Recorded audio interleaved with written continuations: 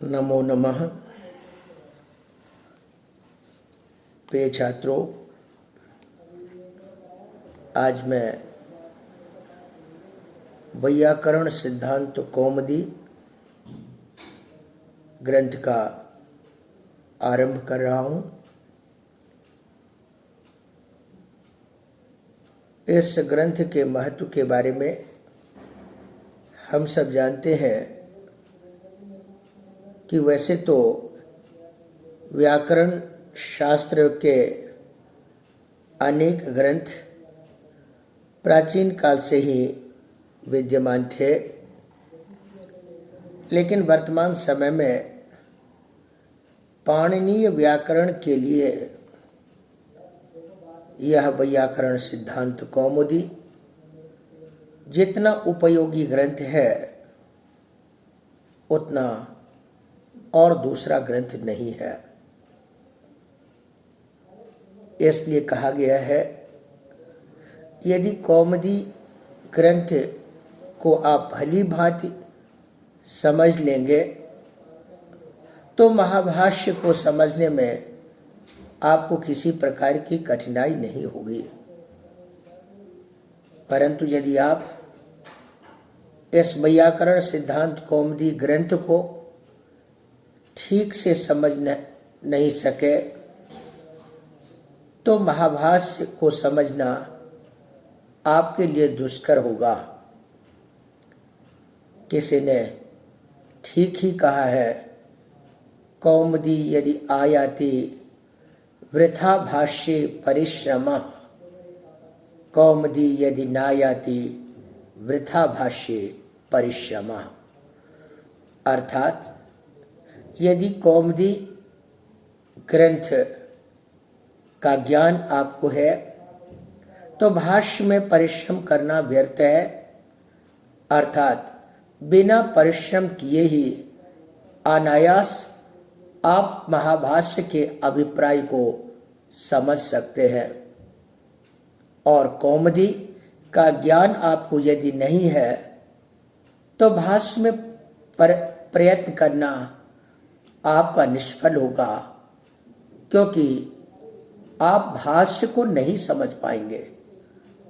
इसलिए कौमुदी का अध्ययन व्याकरण शास्त्र के लिए अत्यंत ही आवश्यक है। आज वैयाकरण सिद्धांत कौमुदी का मैं विधिवत प्रारंभ कर रहा हूं।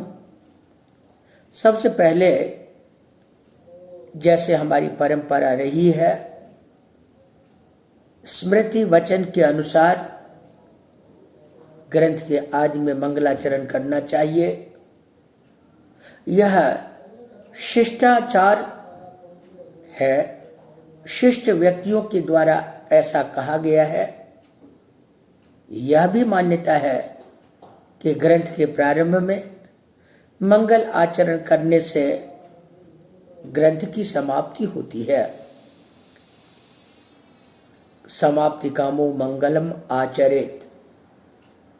लेकिन यह आवश्यक नहीं है कि मंगलाचरण करने से ग्रंथ की समाप्ति अवश्य हो। कहीं ऐसा भी देखा जाता है कि मंगलाचरण करने के बावजूद ग्रंथ पूरा नहीं हो सका, और कहीं ऐसा भी देखा जाता है कि बिना मंगलाचरण किए हुए भी ग्रंथ पूर्ण हो गया है। ऐसी स्थिति में यह अनुमान किया जाता है कि जिस व्यक्ति के द्वारा मंगलाचरण किए जाने के बाद भी ग्रंथ की समाप्ति नहीं हो सकी, वहाँ उस व्यक्ति के द्वारा पूर्व जन्म में अत्यधिक दुष्कर्म किया गया होगा, जिसके परिणाम स्वरूप इस जन्म में किया गया मंगल कम हो गया। और जिस व्यक्ति के द्वारा बिना मंगलाचरण किए हुए ग्रंथ पूर्ण हो गया है, वहाँ यहाँ अनुमान करना होगा कि उस व्यक्ति के द्वारा पूर्व जन्म में इतना शुभ कार्य किया गया था जिसके परिणाम स्वरूप इस जन्म में मंगलाचरण न करने पर भी ग्रंथ की समाप्ति हो गई है। पतंजलि ने अपने महाभाष्य में भी कहा है कि ग्रंथ के आदि, ग्रंथ के अंत और ग्रंथ के मध्य में मंगलाचरण करना चाहिए। ऐसा करने से मंगलाचरण करने वाला व्यक्ति आयुष्मान होता है, शक्ति संपन्न होता है और उस ग्रंथ को अध्ययन करने वाला व्यक्ति भी आयुष्मान तथा वृद्धि से युक्त हुआ करता है। इसलिए किसी भी ग्रंथ के प्रारंभ में मंगल करना चाहिए।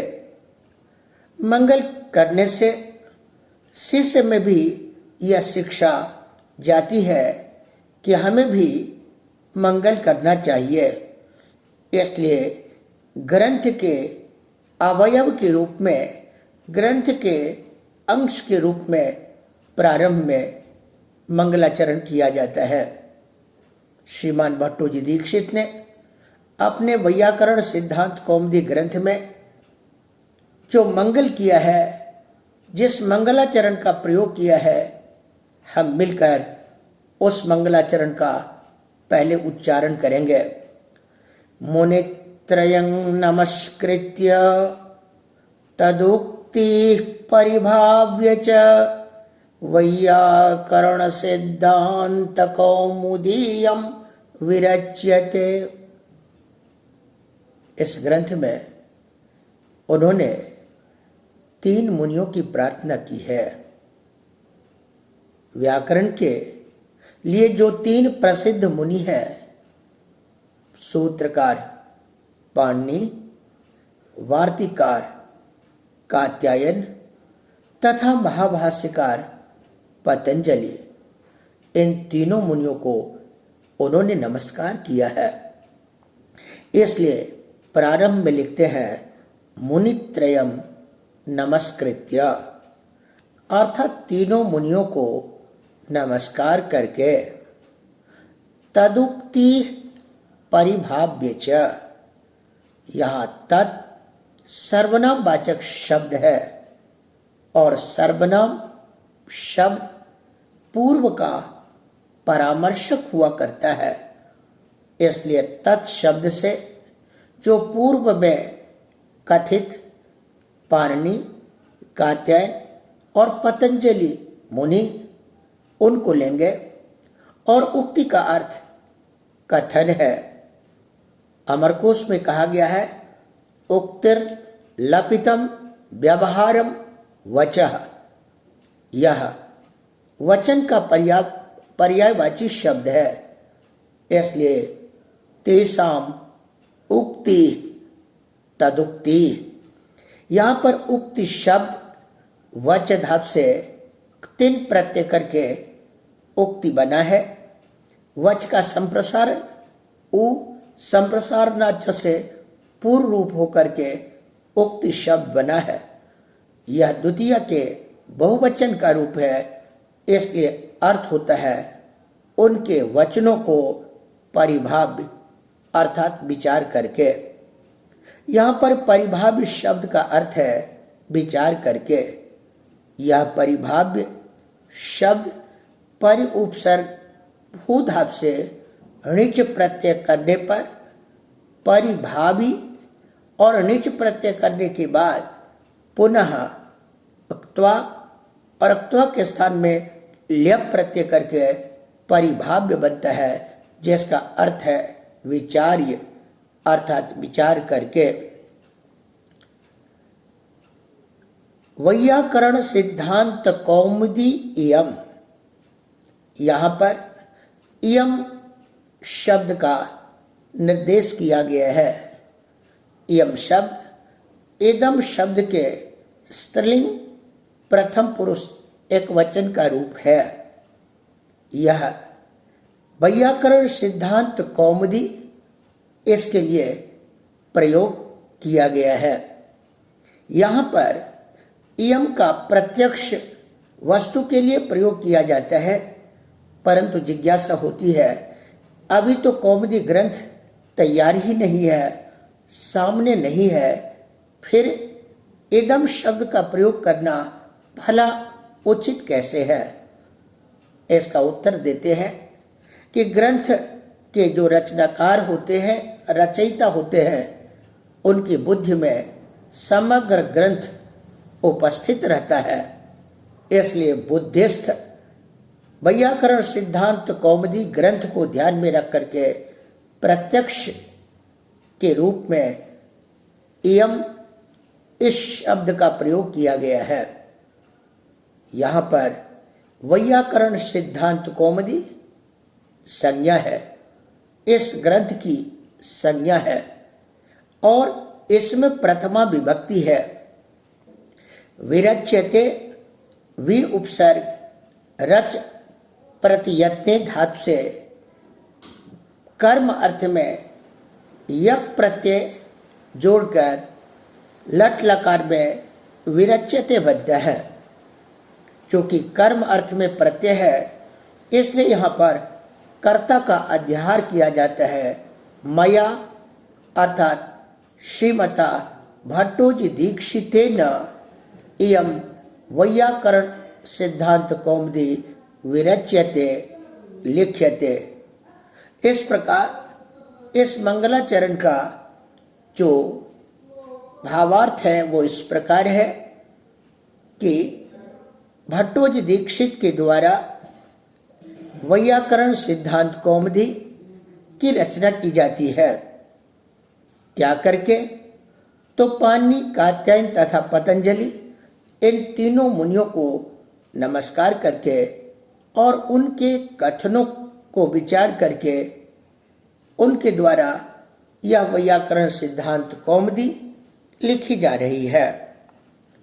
अब इसमें प्रयोग होने वाले प्रत्येक पदों के ऊपर चर्चा करेंगे।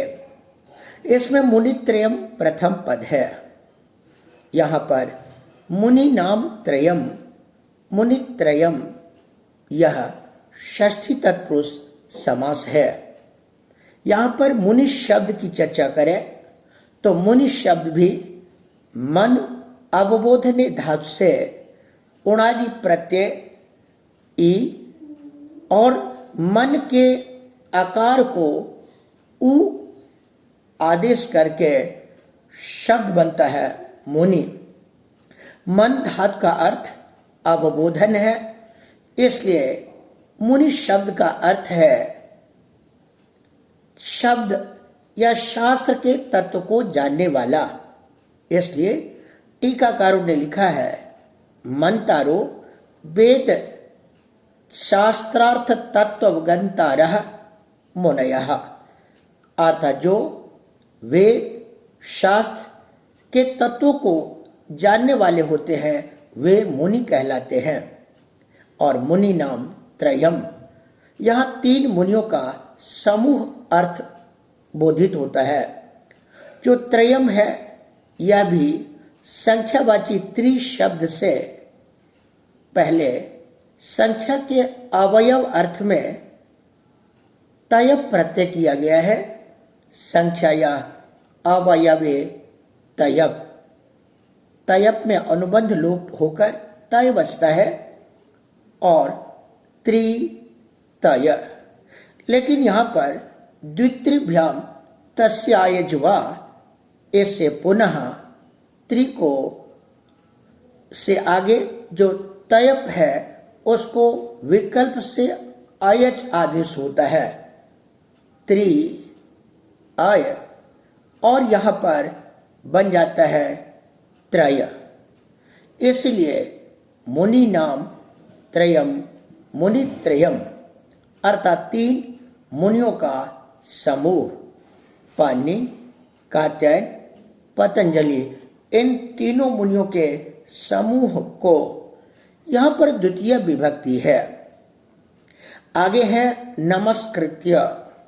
नमस एक अव्यय है, निपात है और क्रि धातु से त्वा प्रत्यय होने के बाद नमस इस निपातन का कृत्वा के साथ कुगति प्रादेय से समास किया गया है और समास होने के बाद समास से नए पूर्व एक तोल्यप, इससे जो त्व प्रत्यय है उसके स्थान पर ल्यप प्रत्यय किया गया है और ल्यप प्रत्यय होने के बाद एक पद बनता है नमस्कृत्य।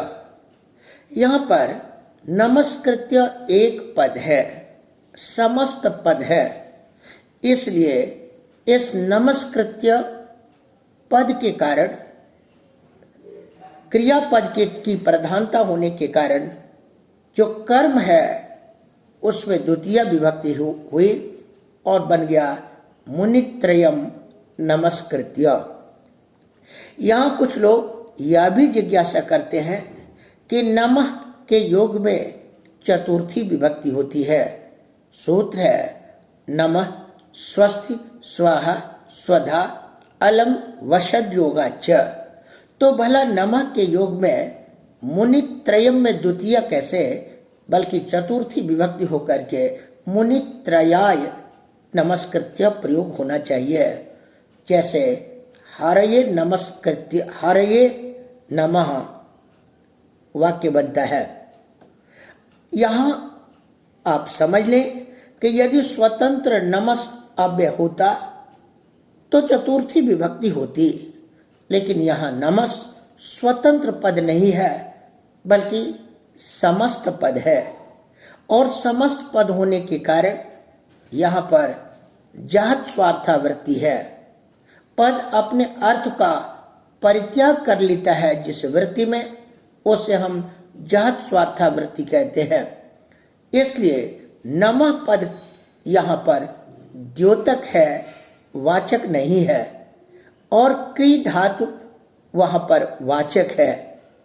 और एक नियम है, एक परिभाषा है, उपपद विभक्ति कारक विभक्तिर वलीयसी, अर्थात उपपद विभक्ति की अपेक्षा कारक विभक्ति बलवान होती है। उपपद विभक्ति का अर्थ है पदम आश्रित जायमाना उपपद विभक्ति, किसी पद विशेष को आश्रय करके होने वाली विभक्ति उपपद विभक्ति कहलाती है। और क्रियाम आश्रित जायमाना कारक विभक्ति, क्रिया को आश्रय करके होने वाली विभक्ति कारक विभक्ति कहलाती है। जैसे नमः स्वतंत्र पद के कारण होने वाली चतुर्थी विभक्ति कारक विभक्ति कहलाएगी और करोति क्रिया के कारण होने वाली विभक्ति कारक विभक्ति कहलाएगी। जैसे हरिम नमति। परंतु जिज्ञासा होती है, यदि एक ही उदाहरण में अव्यय और क्रिया दोनों एक साथ मिले हों तो कौन सी विभक्ति हो, उसका निर्धारण किया जाता है। उपपद विभक्ति से कारक विभक्ति बलवान होती है, इसलिए चतुर्थी विभक्ति को बाध करके यहाँ पर कारक विभक्ति द्वितीय विभक्ति हुई है। एक दूसरा भी समाधान है कि यहाँ पर नमस्कृत्य का जो एक अवयव नमः वह तो निरर्थक है। नमस्कृत्य अपने आप में सार्थक है और यदि कहीं सार्थक पद का ग्रहण किया गया हो तो निरर्थक पद नहीं लिया जाता है। इसके लिए भी परिभाषा है, अर्थवद ग्रहणे नानर्थकस्य ग्रहणम। इसलिए अर्थवान नमः के योग में तो चतुर्थी विभक्ति होगी, लेकिन यदि निरर्थक नमस् पद हो तो उसके योग में चतुर्थी विभक्ति नहीं होगी। नमस्कृत्य यह एक पद है जो सार्थक है, इसका एक देश नमस् तो निरर्थक है, इसलिए इसके योग में चतुर्थी विभक्ति नहीं हो सकती है, इसलिए द्वितीय विभक्ति ही उचित है। अब जिज्ञासा होती है कि यहाँ पर तत् उक्ति का मतलब प्राचीन जिनकी चर्चा अभी मंगलाचरण में की गई है, पाणिनि, कात्यायन और पतंजलि, इनके वचनों को परिभाव्य परिभाव्य का अर्थ है विचार करके।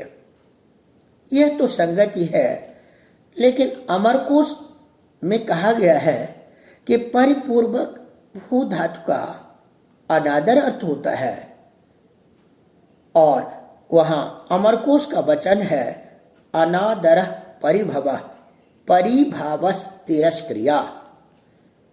अनादर, परिभव, परिभाव ये तिरस्कारार्थक है। तो यहां पर भी परिपूर्वक भू धातु से नीच प्रत्यय करने के बाद जो लियप किया गया है, यह परिभाव्य तो परिपूर्वक भू धातु ही है। यहां पर भी अनादर अर्थ होना चाहिए, लेकिन उत्तर देते हैं अमरकोश में परि उपसर्ग युक्त भू धातु से घ प्रत्यय का निर्देश परिभाव शब्द किया गया है। इस परिभाव शब्द का अर्थ अनादर होता है। यह भी ध्यान रखें, परि उपसर्ग भू धातु से जब घ प्रत्यय करते हैं तो परिभाव, यहां पर परि उपसर्ग के इकार को दीर्घ होता है। उपसर्ग से घ या मनुष्य बहुलम एक सूत्र है, जिसका अर्थ है उपसर्ग का दीर्घ होता है यदि घ प्रत्यांत उत्तर पद में हो और वह मनुष्यवाचक ना हो, तो भाव जो घ प्रत्यांत उसके उत्तर पद में रहने के कारण परि उपसर्ग को दीर्घ करके परिभाव शब्द का अमरकोश में प्रयोग किया गया है। इस अमरकोश के वचन के हिसाब अनुसार घ प्रत्यांत जो परि उपसर्ग पूर्वक भू धातु उसी का अर्थ अनादर होता है। इस मंगलाचरण में तो घ प्रत्यांत नहीं बल्कि निजंत भू धातु है, इसलिए इसका अर्थ अनादर नहीं है, बल्कि विचार करके यही इसका अर्थ लेना उपयुक्त होगा। श्री हर्ष ने भी इस तरह का प्रयोग किया है, मनसा किंचित परिभाव्य, अर्थात मन से कुछ विचार करके, इसलिए विचार करके अर्थ करना ही उपयुक्त होगा। यदि कथनचित यह भी मान लें कि वहां पर परि उपसर्ग भू धातु केवल सामान्य रूप से है, यहां पर प्रत्यय का कोई विशेष महत्व नहीं है, फिर तो धातु नाम अनेकार्थत्वात्, धातु के अनेक अर्थ होते हैं, इस तरह से उसका अनादर अर्थ भी हो सकता है। इस परिस्थिति में तदुक्ति में तत्पद का अर्थ हम प्राचीन जो पाणिनि कात्यायन पतंजलि से पूर्व वाले वैयाकरण या जो अन्य वैयाकरण है, इन तीनों मुनियों से अतिरिक्त उन वैयाकरणों के वचन का तिरस्कार करके यह सिद्धांत कौमुदी मेरे द्वारा लिखी जाती है, ऐसा भी अर्थ किया जा सकता है। अब वैयाकरण सिद्धांत कौमुदी यह जो इस ग्रंथ की संज्ञा है, इसके ऊपर विचार करते हैं। सबसे पहले इसमें व्याकरण शब्द पर विचार करते हैं। व्याकरण शब्द वी आंग उपसर्ग युक्त क्री धातु से युट प्रत्यय करके व्याकरण शब्द निष्पन्न होता है, जिसका अर्थ है व्युत्पत्ति बताने वाला शास्त्र। व्याक्रियन्ते व्युत्पाद्यन्ते शब्दा अनेना, अर्थात जिस शास्त्र के द्वारा शब्दों की व्युत्पत्ति की जाती है, अपशब्दों में से साधु शब्द को पृथक किया जाता है, उस शास्त्र को हम व्याकरण कहते हैं। यहाँ पर करणाधिकरणयोश्च, इस सूत्र से करण अर्थ में युक्त प्रत्यय करके व्याकरण शब्द निष्पन्न होता है। और व्याकरण शब्द से तदाधीते तद्वेद, जो व्याकरण को पढ़ता है या जो व्याकरण शास्त्र को जानता है, इस अर्थ में व्याकरण शब्द से अण प्रत्यय होता है, सूत्र है तदधीते तद्वेद। अब अण प्रत्यय करने के बाद व्याकरण अण होता है और फिर यहाँ पर तद्ध से स्वचामादेश से जो आदि अच की वृद्धि होनी चाहिए उसे रोककर न यजुआभ्याम पदांताभ्याम पूर्वोतुताभ्याम ऐच, इससे ऐच का आगम करके वैयाकरण शब्द बनता है। व्याकरण पढ़ने वाले वैयाकरण, व्याकरण शास्त्र को जानने वाले वैयाकरण, दोनों ही वैयाकरण कहलाते हैं। अब यहाँ पर जो व्याकरण अध्ययन करने वाले वैयाकरण हैं, अनेक वैयाकरण हैं, उनका जो सिद्धांत का अर्थ निष्कर्ष, उनके द्वारा जो व्याकरण संबंधी इदमित्थम, यह इस प्रकार सही है, इस प्रकार का निष्कर्ष बताया गया है, तो वैयाकरणानाम सिद्धांतः, वैयाकरण सिद्धांता, और उन सिद्धांतों की कौमुदी, यहाँ कौमुदी शब्द चंद्रिका का वाचक है। चंद्रमा के प्रकाश को हम चंद्रिका कहते हैं, जैसा कि अमरकोश में कहा गया है चंद्रिका कौमुदी ज्योत्सना। तो कौमुदी शब्द में भी कुमुद शब्द से अण प्रत्यय करके कौमुदी शब्द बना है। कुमुदा चंद्र तस्य इयम कला कौमुदी। यहां पर भी कुमुद शब्द की भी सिद्ध है। कु का अर्थ पृथ्वी है, कौ पृथिव्याम मोदते इति कुमुदः। पृथ्वी पर जो प्रसन्न रहता है या पृथ्वी पर रहने वाले जीवों को, प्राणियों को जो प्रसन्न रखता है, उसे हम कुमुद कहते हैं। कुमुद का अर्थ चंद्रमा है और कुमुद अर्थात चंद्रमा की कला को कौमुदी कहते हैं। यहाँ पर कौमुदी के साथ इस ग्रंथ का सादृश्य है, इसलिए कौमुदी की तरह इस ग्रंथ का नाम भी वैयाकरण सिद्धांत कौमुदी रखा गया है। अब सादृश्य के जो धर्म है उनके ऊपर चर्चा करते हैं। जैसे चंद्रिका में प्रकाशकता है, उसी प्रकार इस ग्रंथ में भी प्रकृति प्रत्यय आदि को बोध कराने की प्रकाशकता धर्म है। चंद्रमा में आह्लादकता है। चंद्रमा के प्रकाश में हमें रात्रि में जिस प्रकार घटपट आदि वस्तुएं दिखने लगती है, उसी प्रकार सिद्धांत कौमुदी को पढ़ने के बाद अन्य शास्त्रों में शब्द में कौन सी प्रकृति है, कौन सा प्रत्यय है, किस प्रकृति का क्या अर्थ है, वह सब दिखने लगता है। इसलिए इसमें प्रकाशत्व है।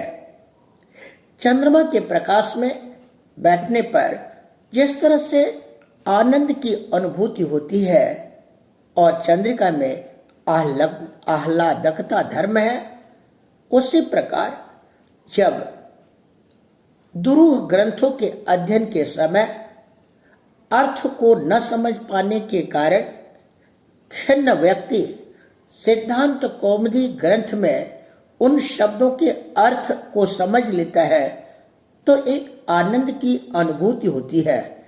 इसलिए इसमें आह्लादकता है। जिस तरह से चंद्रमा के प्रकाश में शांति उत्पादक धर्म है, दिन भर सूर्य के किरण से में संतप्त खेत में काम करने वाले मजदूर या अन्य व्यक्तियों के लिए वह चंद्रिका उनके ताप को शम करने वाली है। इसी प्रकार अन्य ग्रंथों के अर्थ को न समझ पाने पर खिन्न व्यक्ति के लिए सिद्धांत कौमुदी अर्थ बोध कराकर उनके ताप को कष्ट को शांत कर देती है। लेकिन चंद्रिका में तो वहां पर कष्ट भी है, कुछ व्यक्तियों के लिए ताप जनकत्व भी है। जिस तरह से चोर आज चंद्रमा के प्रकाश में अपना चोर कर्म नहीं कर सकता, या कोई विरह या विरही चंद्रमा के प्रकाश को देखकर उसकी विरहाग्नि और उद्दीप्त हो जाती है, उसी प्रकार जिन्होंने कौमुदी आदि ग्रंथों का, जिन्होंने अमरकोश आदि ग्रंथों का अध्ययन नहीं किया है, या जिस छात्र की बुद्धि तीव्र नहीं है, उसके लिए यह कौमुदी ताप जनिका है। इस तरह कौमुदी के साथ इस ग्रंथ का अत्यधिक सादृश्य होने के कारण इस ग्रंथ को भी कौमुदी के रूप में नामकरण करना उचित ही है। विरच्यते का अर्थ पहले बताया जा चुका है, जो रच प्रत्ययत्ने धातु है, इससे कर्म अर्थ में प्रत्यय किया गया है, और कर्म अर्थ में आत्मने पद होता है भाव कर्मणो सूत्र से, और आत्मने पद करने के बाद सार्व धातु के यक से यक प्रत्यय होता है। वि रच य त और टित आत्मने पदानाम टेरे से एक होकर विरच्यते शब्द निष्पन्न होता है। यहाँ श्लोक में कर्ता का उल्लेख नहीं है, इसलिए कर्ता का अध्यार होता है, और कर्मवाच्य में कर्ता के अनुक्त होने के कारण वह तृतीयांत कर्ता होगा, इसलिए मया पद का अध्यार किया जाता है। और कर्मवाच्य में कर्म के उक्त होने के कारण उक्त कर्म में प्रथमा विभक्ति होती है, इसलिए जो वैयाकरण सिद्धांत कौमुदी है, जो कर्म है उसमें प्रथमा विभक्ति की गई है, और उसका विशेषण जो इदम शब्द है उसका भी स्पेलिंग में प्रथमा में प्रयोग किया गया है। तो इस तरह से इस मंगलाचरण का अर्थ होता है कि पाणिनि, कात्यायन तथा पतंजलि इन तीनों मुनियों को प्रणाम करके अथवा प्रणाम करके तथा उनके वचनों को विचार करके या पाणिनि से पूर्व वाले वैयाकरणों के मतों का खंडन करके यह वैयाकरण सिद्धांत कौमुदी मेरे द्वारा लिखी जा रही है। अब किसी भी कार्य में अनुबंध चतुष्टय माना गया है। यह अनुबंध चतुष्टय है अधिकारी, विषय, संबंध तथा प्रयोजन। तो यहाँ पर वैयाकरण सिद्धांत कौमुदी जो ग्रंथ है, इस ग्रंथ में प्रतिपादित जो सिद्धांत है यह विषय है, और उन सिद्धांतों का अनायास ज्ञान होना यह इस ग्रंथ का प्रयोजन है। और ग्रंथ के रचयिता जनक हैं, और यह ग्रंथ जन्य है, इसलिए जन्य जनक भाव संबंध है।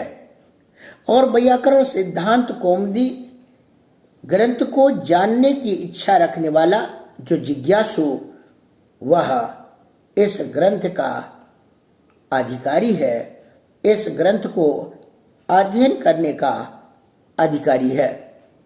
इस तरह से यहाँ पर तीनों मुनियों की स्तुति मंगलाचरण के लिए उपयुक्त ही है, इसलिए अन्य ग्रंथों में भी इन तीनों मुनियों का उल्लेख मिलता है। पाणिनि शिक्षा के प्रारंभ में भी एक श्लोक मिलता है जिसमें इन तीनों मुनियों की चर्चा की गई है, और उसमें लिखा है, जो वाक्यकारम वररुचिम भाष्यकारम पतंजलिम पाणिनिम सूत्रकारंच प्रणतोस्मि मुनित्रयम। इसलिए ये वर्तमान काल में जो व्याकरण शास्त्र है उसके लिए ये तीनों मुनि स्तंभ स्वरूप हैं, इसलिए इन तीनों का नमस्कार करना यह सर्वथा ही उपयुक्त है। इसके बाद जो अगला पाठ है उस पाठ में हम माहेश्वर सूत्रों की चर्चा करेंगे और उस पे आपको ये बताया जाएगा कि माहेश्वर सूत्रों का क्या प्रयोजन है और ये माहेश्वर सूत्र पाणिनि के द्वारा विरचित तो नहीं है, परंतु पाणिनि को प्राप्त हुए हैं। इन सब की चर्चा माहेश्वर सूत्रों में की जाएगी, जो हम अगले पाठ में पढ़ेंगे। आज का पाठ यही पूर्ण किया जाता है। बहुत बहुत धन्यवाद।